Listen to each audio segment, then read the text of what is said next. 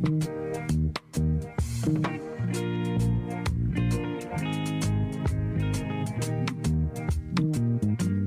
driving through Jamaica, there's only one radio station I listen to. I slowly fade away.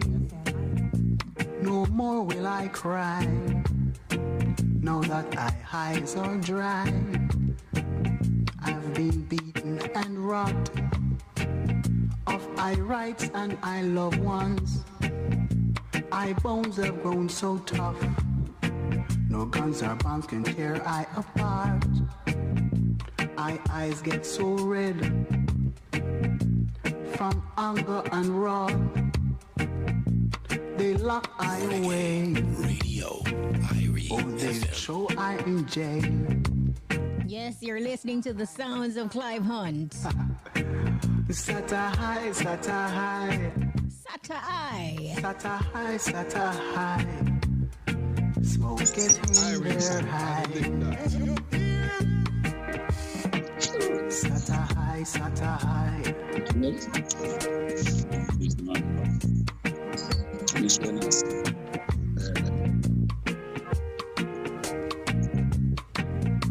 My eyes get so red from anger and wrath. They lock I away. Oh, they throw I in jail. They say I smoke ganja. Some say I smoke Cali weed. But how much do they know what that ganja does for I? Sata high, sata high. Radio Sata high, sata high. Sata high, sata high. Smoke get in their eyes. While driving through Jamaica, there's only one radio station I listen to. Irie FM, Irie FM, Irie FM.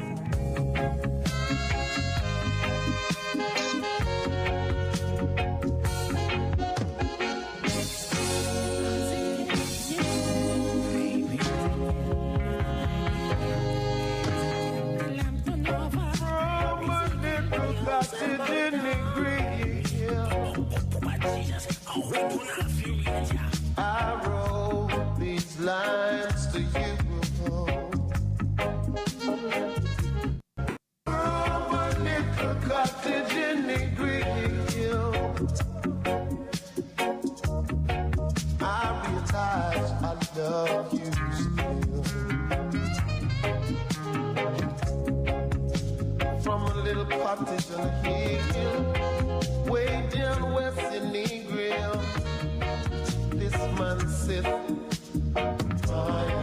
Want to say big up to the Easy Skankers right now. People them say them can't wait for the conversation with the great Clive Hunt. We have a minute to go. We're ready to. You on the phone to my surprise. You weren't at home. From a little cottage in the green hills. Radio Irie FM. I wrote these lines to you. Oh, baby. From a little cottage in the green hills, I realize I love you.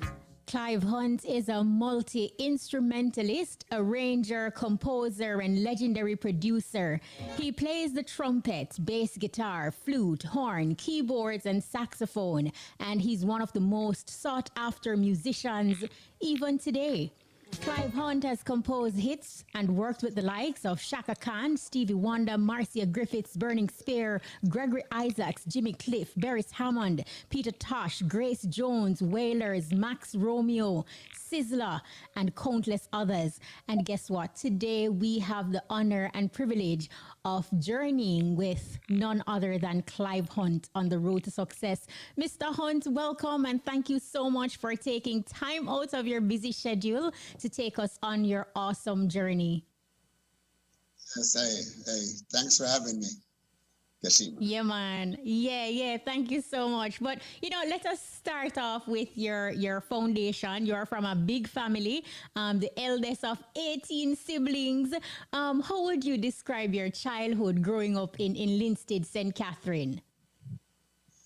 Oh, it was fun. I tell you, I learned to appreciate it long after. But I left Linstead when I was about maybe 13, and that's where my episode with music started. As early as the age of 13? Yes, from that day until today, it's music. Now, as a youngster, what did you admire most about your parents before we get into the 13-year-old who started venturing to music? Well, my father was a Rasta man, and at that time in Jamaica, Rasta wasn't as popular as it is now globally. So he moved to the mountains because socially he was not accepted by his family and his co-workers. So he quit his job and just say Selassie and goes to the hills to live in Wakefield, not far away from Linstead. And I stayed at home with my mother and grandmother, and I'd visit him quite often, and I'd spend time with him. I was the only one of his siblings who were born at that time who would spend time with him, because it was kind of like the bush. It's actually a place it's called Wakefield, St. Catherine. Well, what was that experience like for you, though, you know, as a child, to see that as a Rastaman, just to make a decision to grow your hair, that wasn't accepted not only by strangers, but also family members? Were you able to process that as a youth? Well, I realized, I see the difference, and I really appreciated it. And I know he did make a strong stance. He quit his job. So he had no more source of income. He just goes to the hill, lease a piece of land and start planting herb. Basically, and that's what he lived off. But very soon after he went there, I can tell you, as a young man, as a lad, I was just running around. But he built an Ayabingi church there. And then we had Rastas now from all over the globe who would come there maybe twice a year, and they would have drums beating and singing 24 hours a day for like 2 weeks. You had people like Ras Michael. There's a band called Soul Benders Band. It's a Linstead band which people doesn't know much about them, but they are, if you check Studio One catalog, they're the one who first recorded Burning Spear, Horace Sandy, there is Dennis Brown, and many of Studio One artists. And actually Studio One used to send all of them to Linstead. Cox used to send them on Sundays after the day audition and to practice on each song before he recorded them. And they were also a part of my father's group of friends, Rastas in the Hills. So I would enjoy being around them. But of course, I was a little youth still. And that would explain now how you sort of was introduced to the music as a 13-year-old. But tell us a little bit more about that. As at 13, a teenager, what was your introduction to the music? Did you have other experience outside going to the hills and partaking in your father's bingi celebrations? What other way were you exposed to it? Well, actually, from I was even much younger, as I said, I lived with my grandmother, and Linstead was one of the venues at the theater, Linstead Theater. In those days, when artists go on tour, they would be touring Jamaica, okay? So there'd be, say a group of artists, say Barney and the Dragonaires, the Scatterlights, Alton Ellis, Jimmy Cliff, Delroy Wilson, so on, so on. When they tour, they go from Kingston to Spanish Town, maybe Old Harbour, then Linstead, then Ocheria, so on. But every time they come to Linstead, I would get locked out of my grandmother's house because I'd go there to watch. I must tell you, I had no particular interest in music. I never thought of being a musician, nothing at all. That reached my mind. Not at all, not 1 ounce of it, nothing.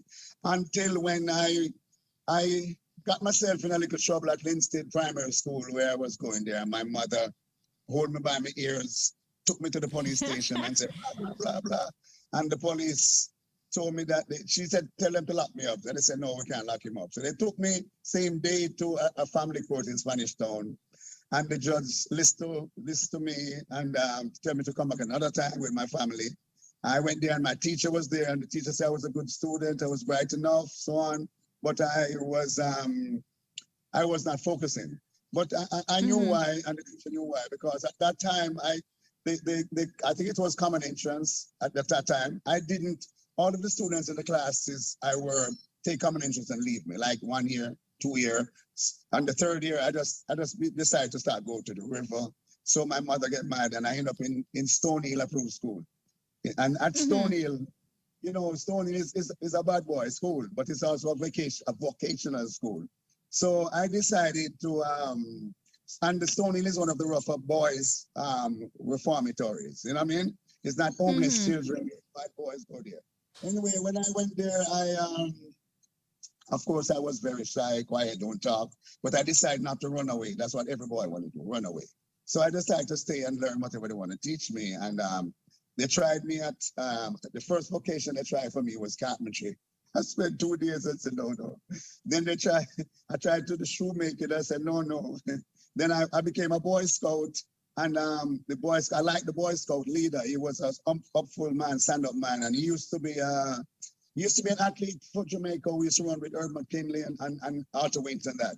So I was in his tailor class. He was the tailor instructor, and I was doing very well. Within 6 months, I was actually teaching other boys to measure and make pants, you know, trousers, clothes overall. Anyway, at the end of the first Christmas that came when I was there, they called me because I was doing good, and they wanted to use me as an example. And I guess that's part of my rehabilitation. They say I had to go home to spend 2 weeks with my family. And I said, no, I don't want to go. I felt that I let go my grandmother and the rest of my family.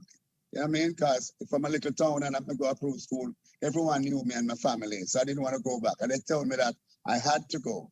So I went to my tailor instructor / Scoutmaster and asked him if any boy ever went home with being the first, like the top of the class into a vocation. And he said, no. So I said, okay. So next morning I went to join the music class because the music class is right by the playing field, the ball ground. And every day after everything, you go and play ball or watch ball. And the music class started when I was there. That started again. It had stopped for years. And the window was right where I sit with my little crew of guys. And I would always be watching. And I knew that I know more about music than everyone in the class. So when I went to join the class, the music teacher told me, oh, very good, because I was popular. By the way, I was a prefect. So he wanted me, he figured that if I joined the class, then I could get some of the other boys in the class. And he told me, okay, but you have to come back after Christmas. I said, no, boss, I want to do it today. He said, no, you have to come after Christmas because they're taking exams. And he really liked me. So I told him, either I do it today or I don't do it. So I said, listen, boss, I know as much music or more than all of them. And he said, what? Where do you learn? I'm going to tell him out the window. And I started telling him about treble clef, bass clef, you know what I mean? EGB, you know, the lines, the space, everything. I started telling him everything has been taught, teaching the boys from the day one. And he was very surprised. And he gave me the paper to take the test and gave me 1 hour. And I did it in like 10 minutes. I gave him back and he said, what? And I said, I'm finished. And he look at it and say, what your name? I said, Clive Hunt. He said, what you do? I said, Taylor. He said, you're not Taylor no more. You know what I mean? And from that day, my music thing started.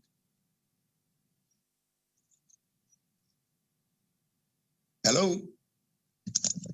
What an amazing, you're hearing me?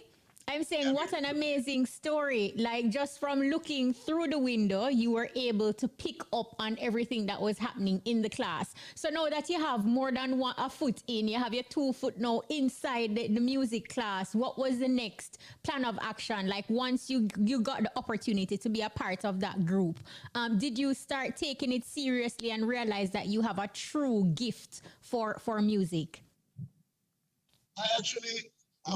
I must tell you, the first maybe week or two, he insists.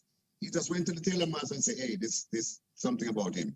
And he went to the director of the school and everyone and said, listen, and he said, it's only music. So what he used to do with me, he let me, after coming home to Linstead, coming home, he gave me a trumpet. That was my first instrument. Physically played. And he told, I already knew fingering and all of that from outside the window, I know each note and how to get the notes and all of that, but I didn't know how to play it. So he taught me how to do it, and I went home and practiced on my grandmother's barn for 2 weeks. When I went back, he insisted that I come to his house I'd be at the school in the daytime. He had 3 sons, and I'd go with him to South Camp Road where he lived every evening, studied, practice, and back. For that's happened for about maybe 2 years. And he was a ex-soldier. In fact, my music teacher, his name is Joe Moore. And he's the man who was when the day the Jamaican national anthem was being written. Remember, in that time there was no recording systems in Jamaica. He was there. He's a copyist. He write music. So if you write something, he'd write. If you play something, he'd write it on paper for you, just like that. So anyone else could play it back the next day, just like a recording. He was the man who wrote down the national anthem. He didn't write the music nor the lyrics, but while it was being composed, he was writing it on paper. And he passed those skills on to me very fast. And I was very quick at it. It was natural.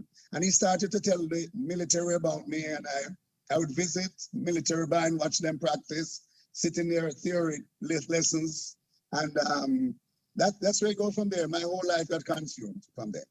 But so that now would explain the next level of your journey, like how you ended up being a part of the JDF.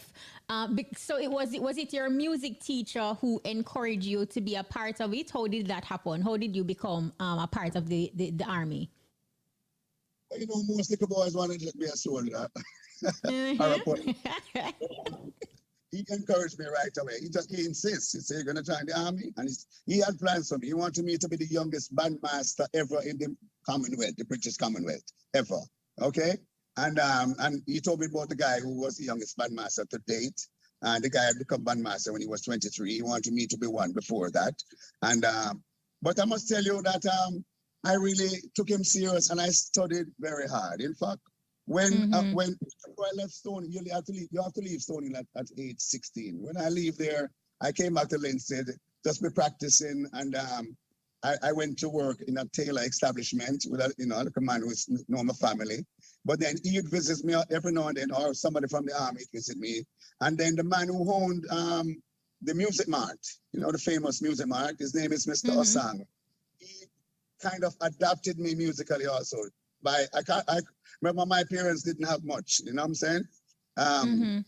So anything I needed musically, like music paper, pen, attachment for instruments or mouthpiece or certain things, he gave it to me free. So I was being backed up by him, and there were a few other people who made sure I was eating properly, the right stuff.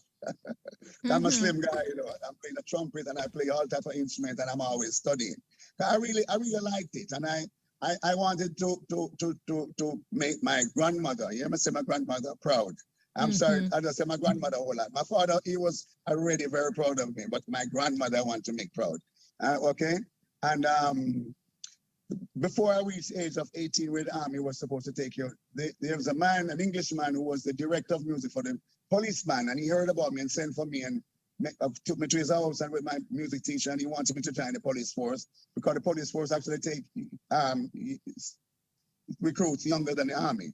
And I remember when I did my test and everything, the army heard about it and they sent for me and they sent me straight to Newcastle. Wow. And I left Newcastle and when I graduated, I became a soldier. And the day I reached camp, I was put into my number 1 uniform, that pretty uniform. And I joined the band like immediately for the Christmas concert and started playing. And that was, and very soon after that, the bandmaster applied to Governor General through the commander in charge of the army. I don't know I don't remember what he's called that at this time. But now they're generals. I think it was a brigadier. They recommend that I go to England to study. And this is an opportunity for only students from the Commonwealth again. I went to the Royal Military School of Music, Nella Hall, which is the most prestigious music school military music school in the British Commonwealth. I went there. I did extremely well. I must tell you that I didn't take it serious because I started to build up some of my whole rude boy things came on me. Because so wait, even at that highest level, you still didn't take it seriously when you realize that your hard work and everything that you've studied musically, it landed you in this space now where you're studying music at the highest level. You still not take it serious. Because let me tell you, because I studied so much from I was much younger. when I went there and with the I got about the school and some of the teachers from the school, past well, and some of the when I went there, a past student who he has written a lot of the military music books, and he he does things for the Queen. I mean, he's like a grenadier guards, one of those men with them thing there. He was the director. When I went there, I wasn't too impressed, because the level that I was studying in Jamaica, they didn't really reach there, not ever. Wow. Yeah? No, and the day when I did the first test for the test, all of the new students, I was very surprised of the level of the test. It was simple. And then when they choose me for the class, which they choose by how good you are when you come to the school. I was in the highest class for the most intelligent students, and I was a bit disappointed. I was the only person of color apart, say, for the last 6 classes. You know what I'm saying? But they were Africans, Indians, people from all over the Commonwealth. And it was not, and my music teacher too, I must tell you, I don't want to be talking on radio and talking like this, but it was kind of simple. I, my music teacher, I kind of figured out his knowledge fast. How much is and I guess he didn't like that. No, and he picked on me now, but he was picking on me very away, which I didn't recognize, because I come from Jamaica, and Jamaica, to me, I never know about prejudice, and when somebody white, then white, you know what I mean? I never have nobody that thinks that call me black or whatever. I didn't even feel inferior, which is what they try to make us feel. So anyway, it was the other students, which are military, young, talented, the most talented British musicians, in the school, were saying to me, and they were in class 1, which is the most prestigious class. They keep telling me that he didn't like me and he was being racist. And I said, what is racist? There was even a South African guy there in the class was saying, hey, he's racist. So I said, what do you mean? And when he told me, I just did something one day that kind of flopped him. You know what? We're going to go for a quick time signal. And when we come back, I want to hear what you do for flop him. Stick and stay. Precious moments we share with you, everything's so right. Malta, you're full of life. The time by Malta is... It is now 12:47. If you're just joining us, it's Road to Success, the journey. We're journeying with none other than Clive Hunt. So talk to me now, Mr. Hunt. What exactly you do to flop your teacher now? Well, first of all, he gave us a test, and it was like mid some break, some spring break or something, and one of those early breaks, and he gave us a test. And I went home to my uncle, who lived in Birmingham. This college is in London. And I just decided to do the answer for the test. I just decided to make it at a higher level, a more advanced level, which I just knew he didn't know that. So I just did it on the team before I leave I just on the team. Anyway, when we came back to the first day in class, he put the problem on the board and I said, and he said, some people's response or reply was so ridiculous to this problem and so on and so on. And he talked a whole lot of things. And everybody, the class was kind of like, oh, what's happening? And then he just say, Hunt. He called me up to do it on the blackboard, and I did it. And if the whole class goes silent because they trust me. If I do something they don't know, everybody goes silent, like, oh, what's this? And then he just crack a joke and the class started laughing. So I just immediately, by fate or what happened, my professor, because at school you have your own professor who teach you by yourself, maybe 1 or 2 hours a week, by yourself in his office, just one-on-one, okay? So I just saw my professor passing, a whole old man, 80-year-old man with his stick, and he's passing the window at the door, and I say, Professor, sir, and he said, yeah, what is it? And when he came in, before he looked at me or asked what happened, he looked at the board and he said, who did that? Who did that? And my teacher, my class teacher said, Hunt, sir. And he said, where did you learn that? Everything went silent. And I said, Mr. Boss, I was trying to be very English, I must tell you. But I was going to Jamaica. Mr. Boss, you would have from a long time before I come to England, And he said, what? When do I see you? And I said, this evening. I said, I need to talk to you. So apparently, and he said, "Oh, why did you call me?" I said, "Did you notice the class laughing, sir?" And he said, "Yes." And I said, "Well, Mr. Ross was laughing, was making a joke at me in the class about that. He doesn't know that." And he said, "Mr. Ross?" And Mr. Ross didn't answer, and he called him with his finger. I don't remember ever seeing him again. Wow. No, it is no wonder that, when you return to Jamaica and to the JDF that, you graduated with honors. No surprise there. But so you went back to the army after studying in England, and then shortly after you left the army. Why? I tell you, okay, when I went to England, because of the good thing with me and this class and the school was great. I mean, the class and the inferiority I felt of. I mean, this is the top school I'm talking about, inferiority.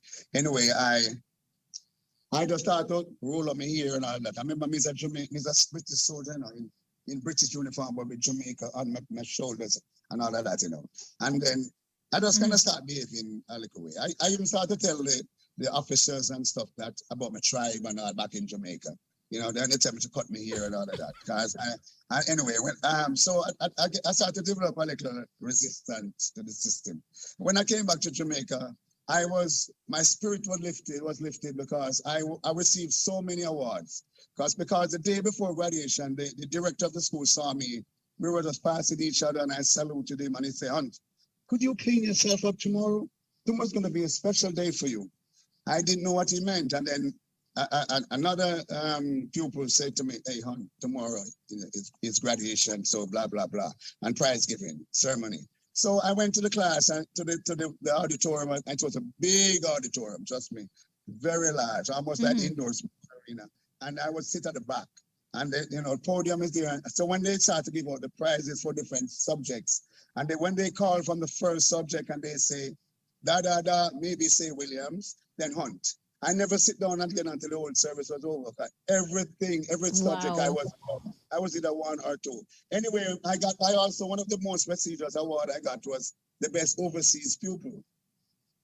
That means I was the best of all the overseas pupil, which is, and then I remember doing an interview on BBC radio. I came back to Jamaica and the army was happy, so on, so on. And then I was a regular soldier, and my bandmaster and the director was again teaching me to be this bandmaster, youngest bandmaster. And I got in trouble in the army one day. I just telling a senior soldier to me, a big man, he could have been my grandfather then, but I wasn't aware. I was just being rude, I guess. He just say something to me, and I thought I was in the bathroom, it's off limits. And I said, "Boss, yeah, I'll do it when I come outside." And him say, "You will do it now." And I said, "Boss, there's no war going on. You can't talk to me like that in the bathroom." Or something like that. I'm being very decent right now. Anyway, I got in trouble for it, and they locked me up. But when you get locked up in the army, Wow.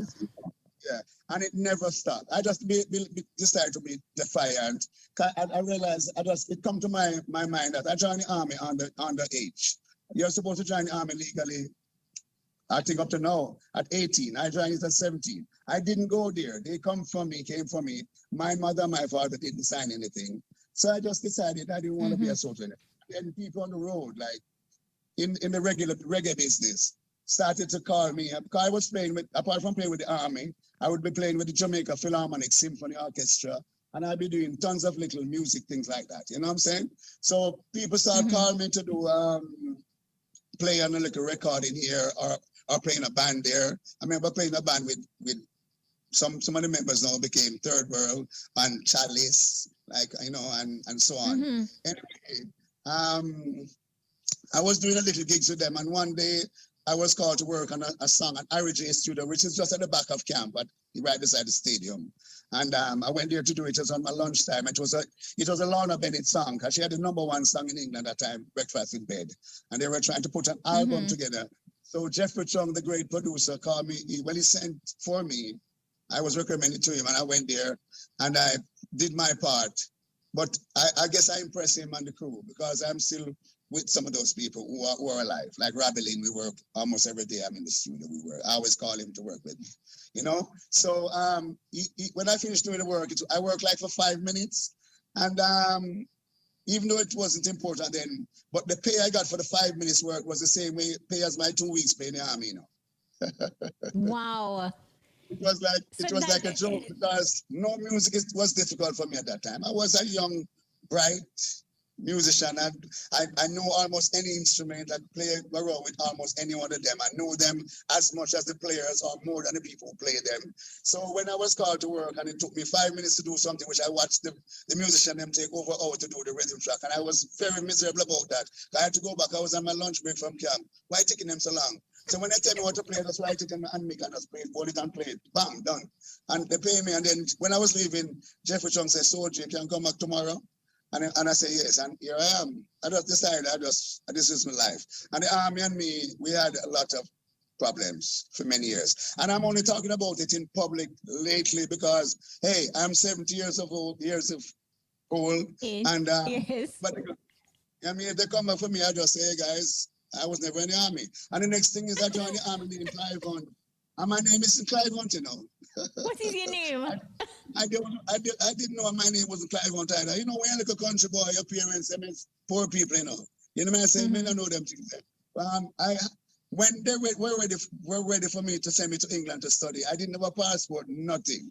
And they not even a birth certificate. So the army sent somebody to the birth certificate office, RGD, I guess it's called now, to find this birth certificate. I couldn't find one. And eventually a sergeant major came and said they found somebody born the same time with the same mother and father named Maurice Hunt. And that was me. Wow, what an amazing story. No, we're coming up to Cashpot. Of course, when we return after Cashpot, we will delve a little more on your journey and into your rich story to talk about Clive Hunt now, or Maurice Hunt, in the studio working and creating his magic. Stick and stay. Okay. When me use Island Fresh with aloe vera, it make me skin feel so much smoother. So if you want to feel better and smell fresher, use Island Fresh with aloe vera. Manufactured by Island Products, 934-0666. The time is... It is now 12:59. We are standing by. Listen up, your top draw dollars. Pick 2, pick 3, pick 4, hot pick, and Cashpot lunchtime draws up next.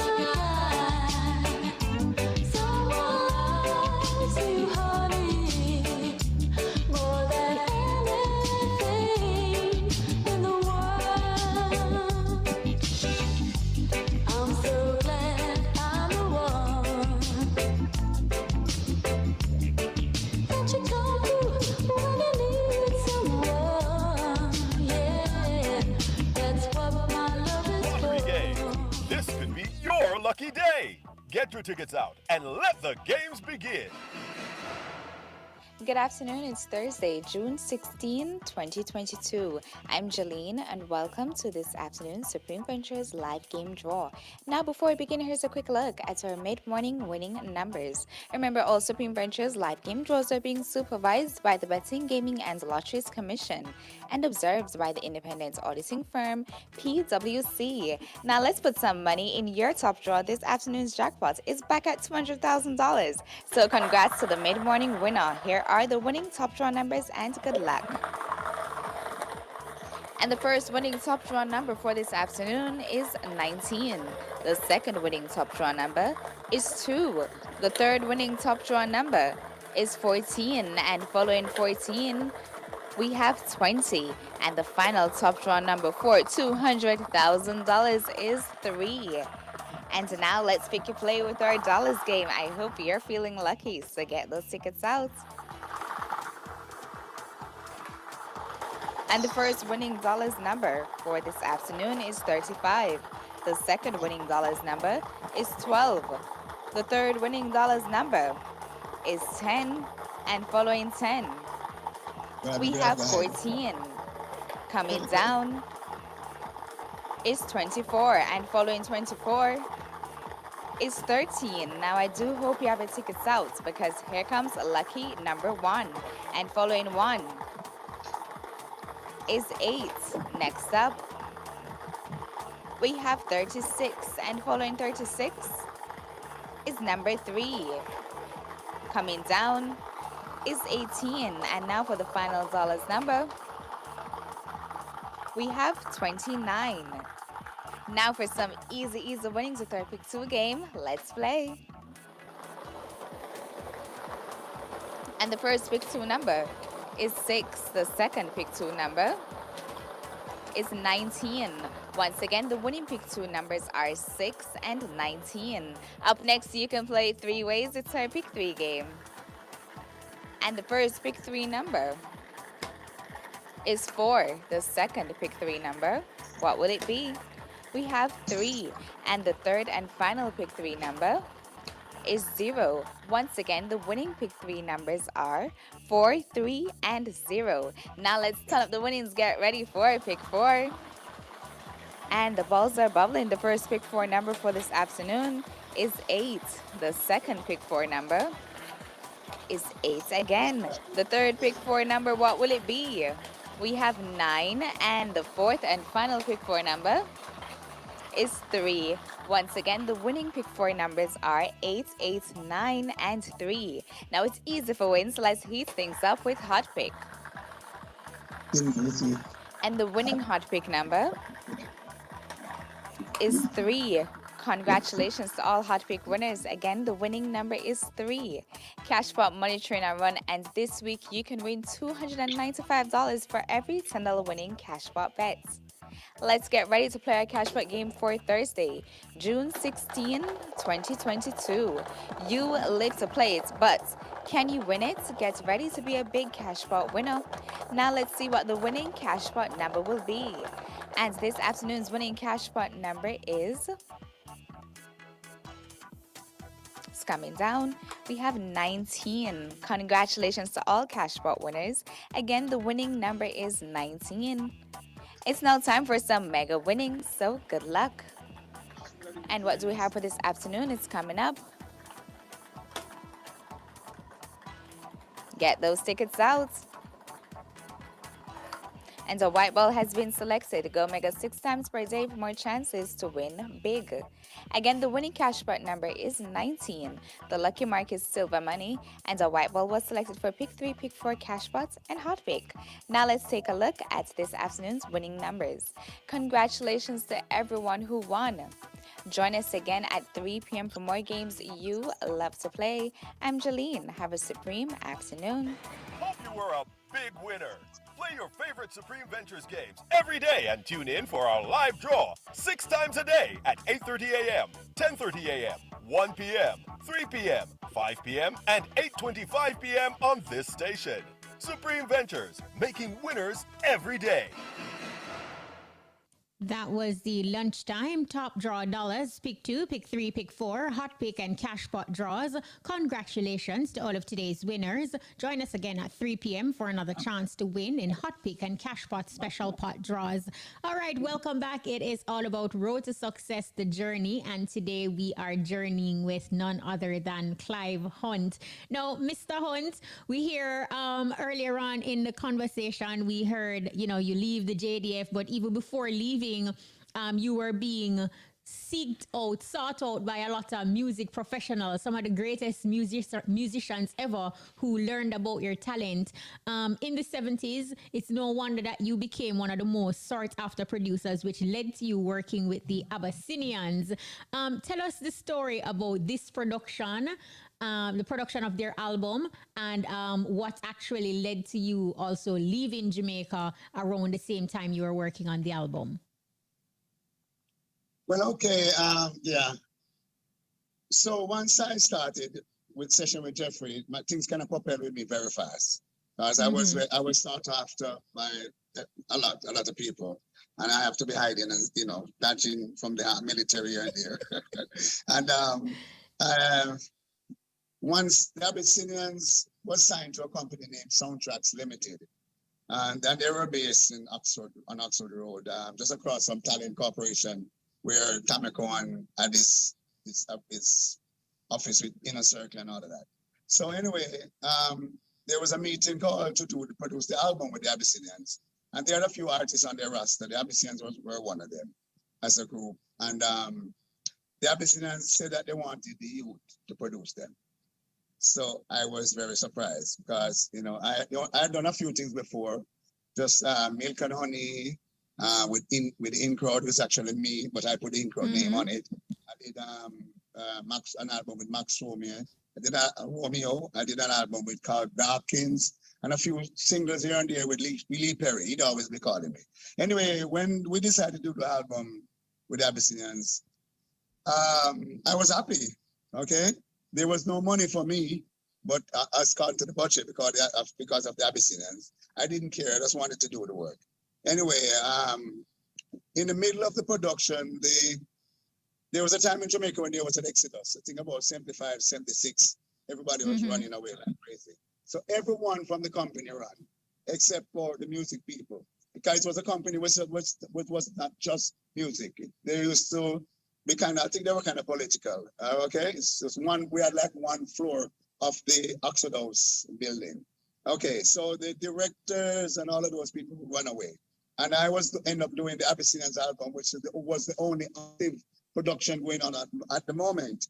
So I just started to work for people like Harry J, who had a studio, Joe Gibbs and all of that, just to get studio time to finish the Abyssinians album. But remember, as I said, there was no budget. The Abyssinians already get the advance. And the company would be, every time when I go to the studio, the company would pay the money that I need for the day. So they didn't give me a budget where I have the money on my own, you understand? So the work was very interesting, and me and the Abyssinians, and we became very close, tight. There was some Rasta man from the trench down there, and them gave me away, which give me little memories of my father, you know what I'm saying? So anyway, I ended up working with Joe Gibbs, get studio time, finished the album there. When I finished the album, I decided that I still wanted to turn over the masters to the same people from Soundtracks. I was only in touch. I found one guy who lived in Florida, and I told him I had the master and everything. He told me to, okay, give me a test press, of the album. I couldn't get one done. And remember, I had to work to get everything done, Remember, I was from halfway in the album. With no budget. Paid for the production costs. So anyway, I remember approaching, I was telling E.T. at Joe Gibbs Studio that I wanted to do this test press, 2 copies of the test press, to send one to the guy in Miami with the master tapes and keep one. Anyway, a famous music producer, music businessman who is very active and in the hierarchy of our music now. He was a young man, because he's much younger than me, even now. he was doing quite well. And he said, Clive, I can get it done for you. And he recommended that there was a press plant on Chancellor Lane downtown. I didn't even know that. Just above Gregory Isaac African Museum record store. So I went there on the Friday evening to press 2 records. I figured it would take 1 hour. Anyway, let me tell you, Kashima, when I gave the man them the stamper, I had the stamper. When I gave them to do the test, it was 2 weeks later I got the stamper back. Nobody, when I went to the press plant, everybody know me. They want Clive, yo, how you doing? Hey, you are going good enough. Right. And let me tell you, from that day, when I went back there the Monday morning, everybody said walk past me, but nobody know what I'm talking about. And it was 2 weeks before I got back that stamper. And then I find out they've been pressing it. So that same music, man, which I did something which was really, but remember, say me go on like rude boy, you know, I'm quiet, I'm this nice, good musician. Me rude, because me rude, me a soldier, I'm a really I really taking what the army taught me, and I felt like a soldier. I mean, I'm as a Rasta man, pick me, so me take me serious about certain things. They know that. Me fight, me break a war, no matter with who. You could be 2 times the size, me fight you anytime, anywhere. I don't care if I win, I just have to fight you. You know what I'm saying? Anyway, I did something there, which I tell him, say, in terms of Clive, everybody wants this record, you know. So I say, him say, everybody wants it, and he was into importing and exporting, because that was a major part of the business in the 70s. Some producer get the pre-release stuff or they just release stuff, and they put them, if it's hot, they take 1,000 or 500. And him say, then we can sell him 500. And I catch him, I tell him, say, all right, cool, because as far as I'm concerned, I was a co-executive producer of this project. I tell him to press 500, and I collect the money, right? And let me tell you, a man tell me right after, this was Jacob Miller. Come look for me and say, Clive, someone want to kill you now. Because them say, you pirate the Abyssinian album. I say, me pirate. I say, Bridget, me press 500 and give rare. I don't want to call him name on the radio. The man said, no, man, they're all over the world. It's in England, it's in Miami, it's in New York, it's in every city. It's the biggest selling record. And it went like that until this day. Let me tell you, what I really, it was to me, a job is a job. It was good. When I really realized something special about the album, apart from just being a good job done, it was when Newsweek magazine, which was one of the weekly US news magazine, voted it one of the 10 best all-time reggae albums. And that was just about 1977, 78. And they did it again a few years later. I mean, there was like 2 or 3 Bob Marley albums amongst the top 10. And there was another album which I was involved in, which was also in the top 10, which was a Dennis Brown album called, I think, that album with Wolf from Leopards. You know, I don't remember. It's Dennis Brown walking a court like a Joseph court on the sea with a walking stick. That album was also voted as one of the best 10 best all-time reggae albums. So I am proud of it, but it turned out very bad. And up to this day, I think it is still one of the most pirated reggae albums of all time. Wow. So because of that situation now, you then went to the United States, right? So talk to us now, in moving to the United States, did you have time to orchestrate or organize a plan and decide what is going to happen with you and for you musically? How was that leg of the journey? Actually, the money I got from this man, which we all know very well, I just took it, and I was married then, you know. And I just tell my wife, say, hey, I bought a ticket for me and one for her, and I just went to New York. When I went to New York, I'd never been to New York. I knew no one in New York. I had done a song named Satta Eye, which I hear you play a few times in your here. And I had done a song, and I met a man. He walked in the studio. If you hear this, at the end, almost before the song end, you hear me laugh out in the song, because a friend of mine walked in with this man. I didn't know the man, but I laughed because they don't know me as a singer. I'm not a singer. But I was singing the song as a songwriter. And when I recorded the song, I was going to erase the song, and the man told me, no, don't erase it. So he took the song and he released it in New York, and it became a big hit. Serious, a monster hit, which nobody in Jamaica know about it, in England and the US. Anyway, he works at a hotel in New York, so I had his number. So I went to New York, I tell you, with my wife, with $74. And I remember booking to the hotel in Manhattan. And when I paid for the day, I told her not to leave the room. And I just walked to Times Square and went downstairs and sat and look, and I said, I want to take the longest subway, because I know my name, Clive Hunt. And at that early stage, anywhere I go and say Clive Hunt where reggae is, I have work immediately, or I have house or shelter or food. So I just walked to Times Square, took the longest train, which is the number 2 train. And the longest part was to the Bronx. And I went to the top, and I came out the train and stand up downstairs looking for somebody who looked Jamaican. So I see a guy and him have a little swag, and I say, yo, and him say, yeah. And I say, in a reggae record shop or a reggae studio there. Him say, yeah, man, see one up the block there. And him, I say, thank you. And him walk away, him say, oh, one of the man live across there, so underneath the train station thing. And when I went across the street and knocked and see it was keyboard player for Chalice named Allah. I just start knocking the glass. Allah. And him say, Clive, what you doing? I say, listen, no one talk.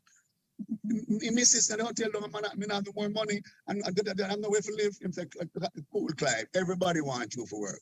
And I was walking to the studio, and he walk in to the record shop, actually the studio is in the back. He walk in and tell the guy, turn on the music. And he said, Brethren, Clive on this. And everybody run come to me. And immediately I became one of them. It was Bulwakis. I don't know if you ever heard about Bulwaki. But just from doing your research, I came across it. It's famous. They're a famous crew in New York. And I was a part of the crew. I just kind of reorganized the crew. And I was living basically like a wanted youth, a wanted young man, you know, and like a hippie and a Rastaman's son. So I kind of live while we just hang out with the man them, you know, started to smoke like a weed, never drink beer or stuff, and then making music every day. People like Sugar Man, a lot of people pass through there. And I would get, when Peter Tosh and all of them come through New York, and they come up there, like musicians would visit me, and we got there with, you know, the studio, you know, I'd visit them in the hotels down in Manhattan, visit them concerts. But I never really had no plan. I just was there until my life went. I was after flying back and forth between Jamaica and New York, working with the same producers, which everybody know, famous ones. Dennis Brown as musician, as Barrington Levy, everybody I was working with. But flying back and forth until I got involved in something else, and my life took another downturn. So despite it, let's talk about that dark moment in your life. Which lasted roughly 11 years, but nonetheless you were able to overcome. So take us back to that moment. What exactly happened, and how were you able to reclaim your power? Well,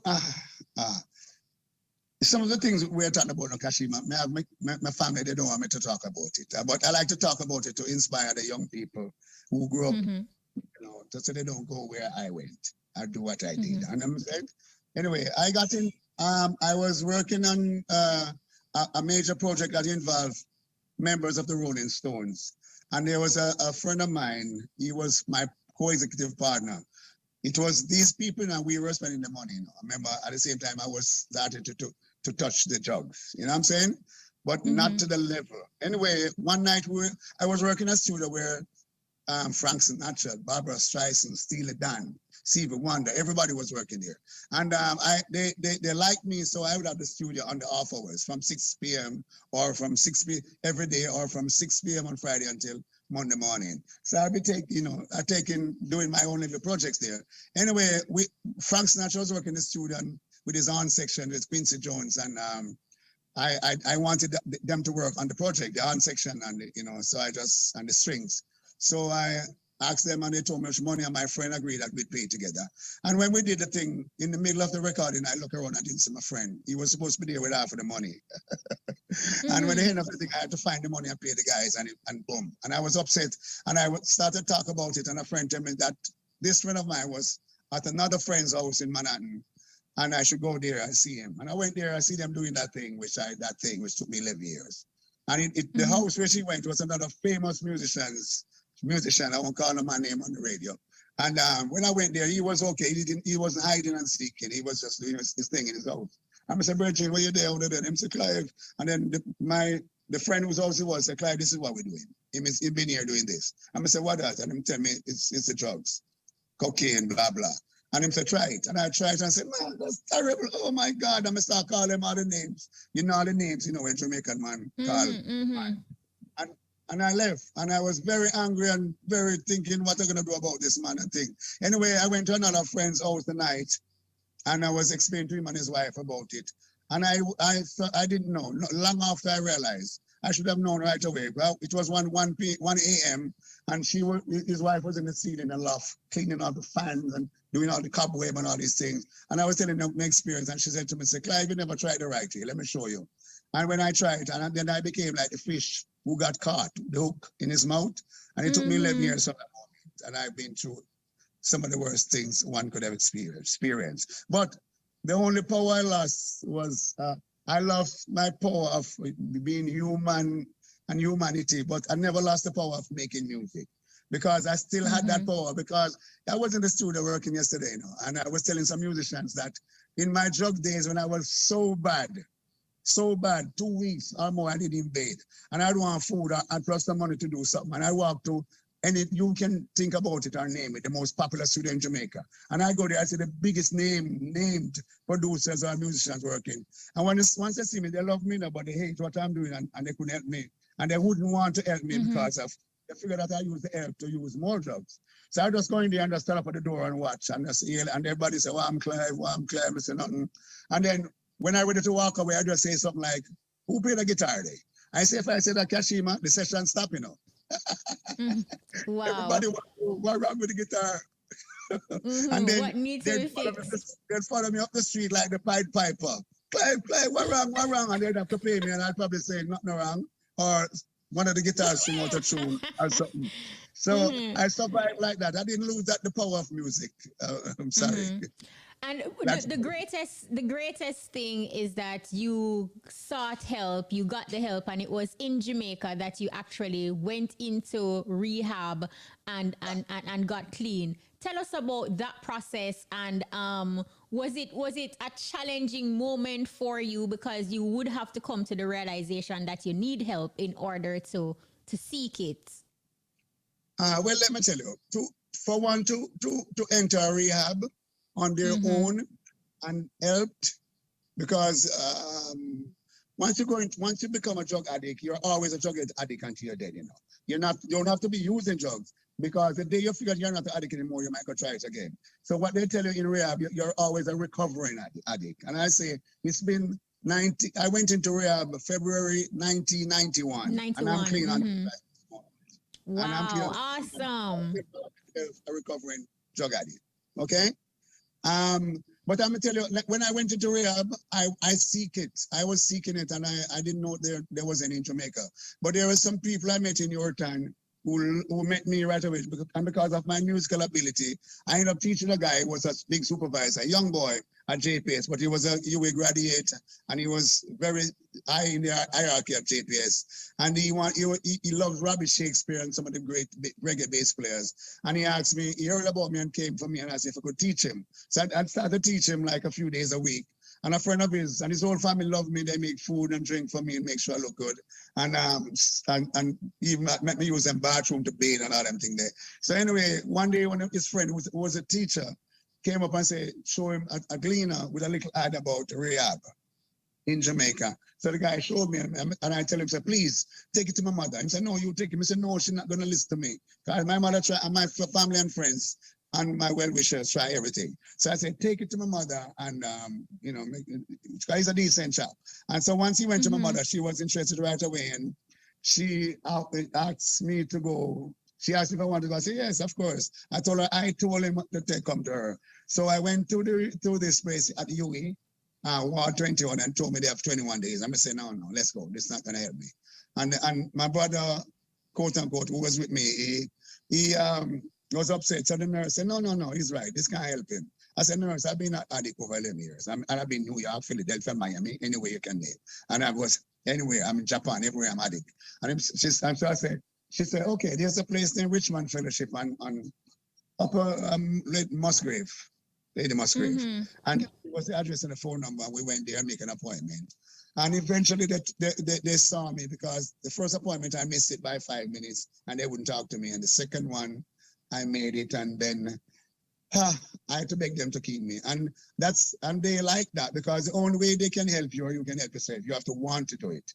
You see? So that was the first step I made, and what I did after that, I tried to use because I'm known, other people I know have the problem and families, I let them know. So they got a lot of people who came there after me, and they're still operating. They need help, but still operating.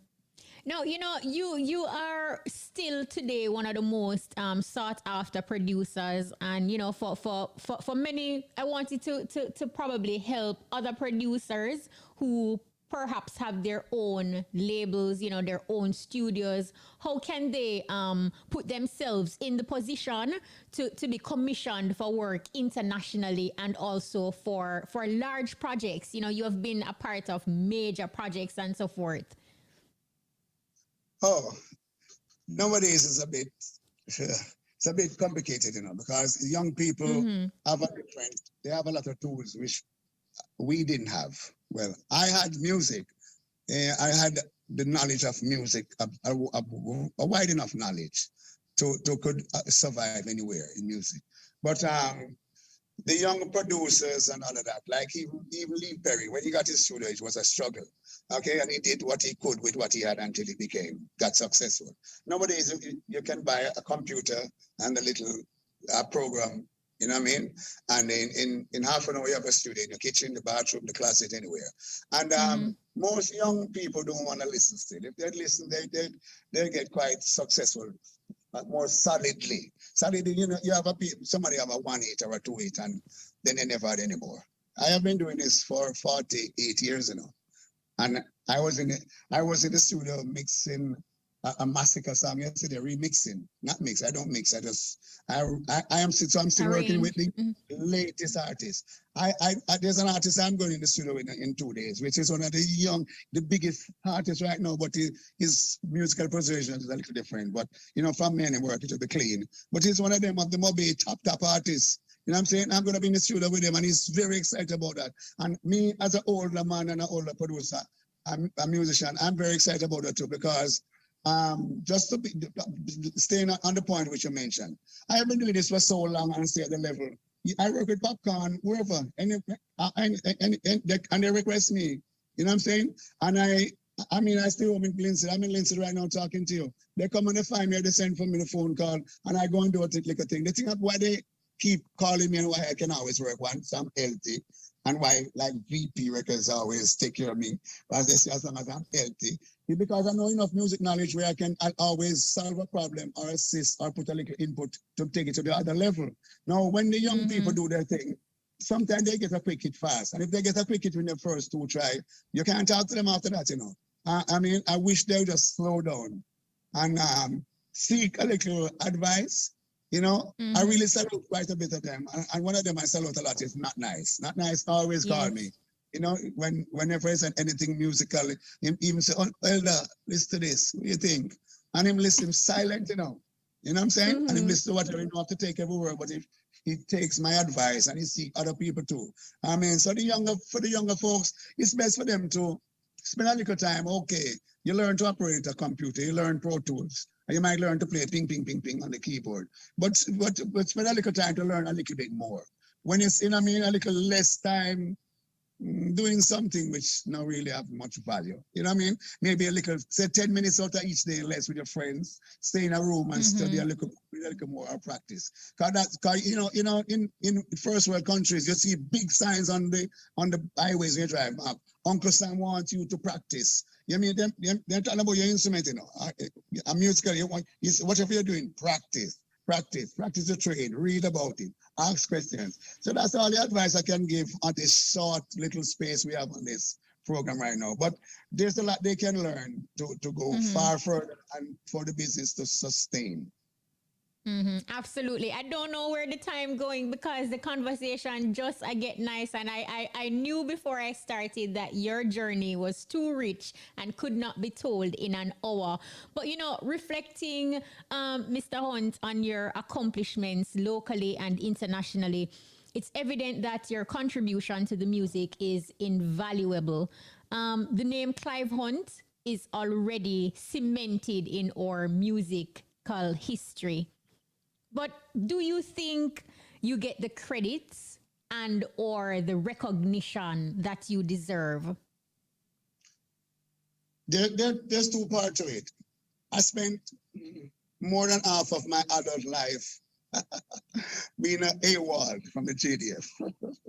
So I couldn't show my face too much. I didn't want my name called. I do a few records and recordings that I didn't use my name on it. Even that satire song you play, you see, the guy say Lizard. I told the guy on the phone, he said, what name to use as an artist? I said, don't put my name on it. And I said, Willard. And he said, well, Lizard. I'm saying, man, Lizard. Yeah. So I've done many things like that because I was hiding. And my job is really a behind the scene type of job, you know. It's just say, yeah, producers become famous like Lee Perry, Quincy Jones, quite a few, you know what I mean? But after a while you cannot get, you know all the businesses, people cannot just look over you and it become a friend thing. They make, you know, they're who is closer to them and so on. But I do some work, you know, Kashim, I just do some work and go home. And I sure my phone must ring again. But I cannot reach the age where I hope it ring a little faster, little more often. So So that is it. I mean, I don't know about the recognition. People could tell me all type of thing, but they try to do this for me. I figure maybe one day, I still don't feel I'm doing enough yet. I know, but Wow. as I say, I'm working almost every day in the studio, and I have some exciting things on the desk. Trust me, fresh things. I know it's gonna be exciting. Not for me, but for reggae and for Jamaican music. And before I go, I must tell you, which a lot of people don't know, there were 2 times when nobody in Jamaica do reggae recording, none at all. There were no engineers that could record a live drums in a studio where a band would play. I tell you, and everybody was using this new drum machine was introduced to them. I was one of the persons who introduced the new digital stuff to everybody. And I just go in the studio and just call some musicians and call Errol Brown as a original stalwart engineer and say, let's make some music. And soon after, I was able to drive a car, get a new apartment, or do something. Wow, amazing. Yeah. This may be a very tough question for you because of how vast your catalog is in terms of work that you have done with so many entertainers. You are an elite musician. You have literally worked with the best of the best, from the Scatterlights to Popcorn, like you mentioned. Do you have a project that you are most proud of? When you hear it, you feel this pride and joy. Well, as I tell you, and people know me tell you, I don't listen to music when I leave the studio. I hear something a year later or 2 years, I say, what that? And I might say, then I serious? Yeah, serious. I'm serious. No, I make music so much daily, and I don't retain it. When I go in the studio, if I go in the studio with you to make a song, I listen to the song and I agree. So okay, I'm going to do it, and we make some plans. I go in the studio, I make some spontaneous arrangement apart from some pre-thing, and I record, and I don't listen to it again until I go back. I take notes on paper, and when it's finished, I'm done with it. I don't want to hear it because normally when a song is finished, I don't like it again. No, wow. Wow, I would never guess. I would never guess. And 2 more questions before we wrap, because we are a little a minute over time. As a father of some 23 children, what life lesson do you share with your children? What you want them to understand fully about life? Oh my God, about life. Well, love. You see, love is the most important thing. And sharing, giving, you know what I'm saying? This is what I live for. I have had so many mishaps. They say the cat have 9 lives. I gone past 19. And my mother tell me, say, Clive, you know why you survive so much? You are always giving. So I try to get try to tell my kids to share. And I always want them to know that I love them. And if I don't spend enough time with each one of them, it's because of my circumstances, in life. And you know what I'm saying? But I try to make all of them offer me so much love. That's all I can say. Love. That is very powerful. And finally, for an aspiring producer who is listening to this conversation with the great Clive Hunt, they are on their journey, on their road to success. What advice would you give to them? Just be humble. Yeah, humble, and just as much when you're a producer, you're like the spokesperson. But listen. Try to listen a little bit more than you hot. Because you learn. I learn every day. I'm telling you, I learn every day. And I'm working with the best young musicians, I just try to have an elder there all the time to make sure them eat food and you them appreciate them. But I learn from them. Learn from the young people, even the ones I taught. Some of the greatest engineers and young musicians that you know about, I teach them, I first introduce them to the studio. And I learn from them, and I encourage them too to learn from the younger ones. We have to listen more than we utter. I talk more because I get excited.